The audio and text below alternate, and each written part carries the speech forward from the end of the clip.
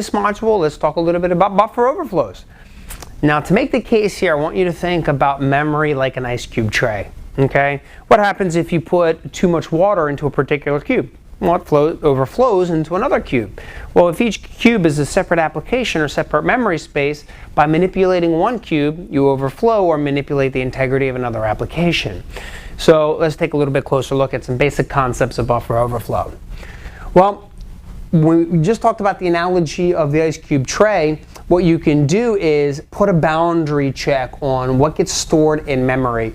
And if you actually set the boundaries, well, then you decrease the likelihood of actually overflowing into another section of memory.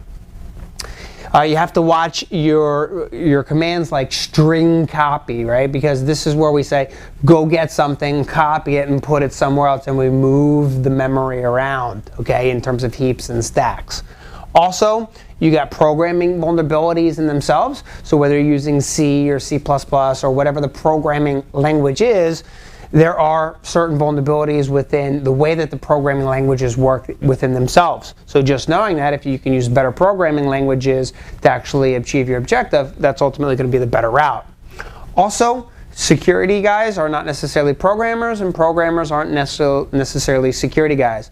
More so, very few security people or programs are actually pen testers. So this is definitely a specialized field of penetration testing. Okay, you typically can break pen testers down into some basic areas like network pen testers or programming pen testers or wireless pen testers, where these security pen testers or software pen testers are definitely a bird of they're definitely unique. Okay. Plus, you should also understand the stacks, the concepts like last in, first out, or first in, first out, right? This is the way that memory gets stored. So if you understand that, well, then you can manipulate an application to take advantage of that. Next, heaps. This is your dynamic memory, and we can use code like, I call it malicious location, but it's actually memory allocation. Okay, but if it's done wrong, well, then it could be a malicious location. But it's how do things dynamically get stored in RAM. For example, let's say an application, you put some input or some data into a field and it has to temporarily store that in memory. Well, it's going to use the heap portion to dynamically allocate that. Also, the concepts of pushing and popping. The best example of push and pop that I ever I've heard is basically, if you've ever been to like a McDonald's or something like that, where they have the stack of cups, right? This also gets tied into the last in is the first out. You take that stack of cups and you basically slide it in. So the last one in is basically the first one out. And that's how memory can get stored into the stack in terms of pushing and popping. Also, you can use the analogy of a champagne bottle. You push it in or pop it out. Other ways you can do that. But as we look at some of the tools, we definitely will pay close attention to the extended information pointer, the stack pointer, and the base pointers, because this is where the programming languages get their next instruction set as they actually process the code. Also, we've talked briefly before about shellcode or even polymorphic shellcode. Well, in the concept of programming languages, shellcode is code that specifically relates to an exploit. So as you send the shellcode over to get executed, if it changes the stack or performs a specific exploit like a buffer overflow, well, then that shellcode can also be malicious. Then you have null operators, or sometimes these are called no ops or noops even, depending on how it's written. It's written in a ton of different ways, but NOP should work just fine for our purposes. In hex, you could do the 0x90 as well, but it's basically a null operator, or filling the stack with all nulls to bypass an instruction set, therefore manipulating where the next instruction set actually comes in.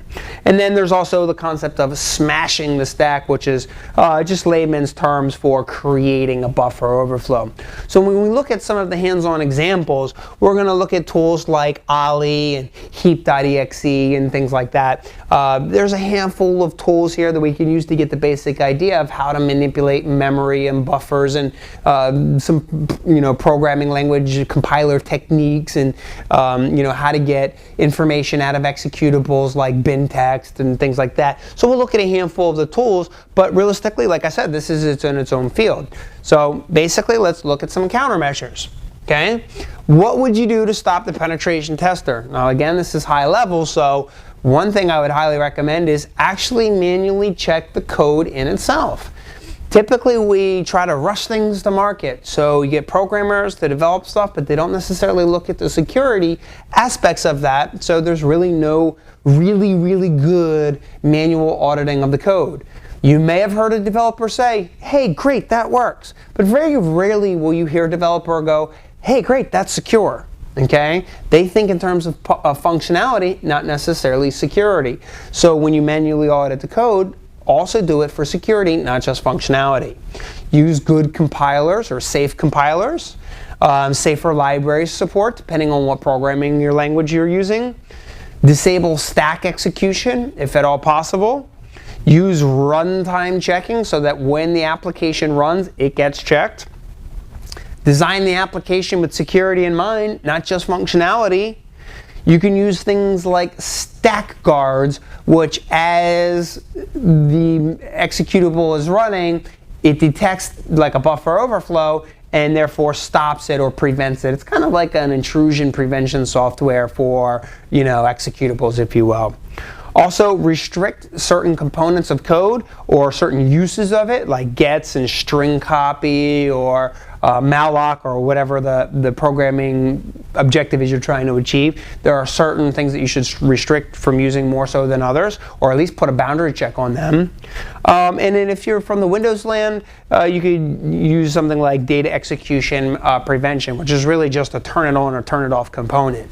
So in this module, we talk about the basics of buffer overflows, and we'll talk about some tools and how to analyze this. We'll use some stack analysis tools, and we'll use Ollie, and we'll get the basics. But this is definitely its own field outside of the scope of traditional network penetration testing, where we focus on scanning and ports and exploits and wireless and things like that. So let's go ahead and take a look at some hands-on examples.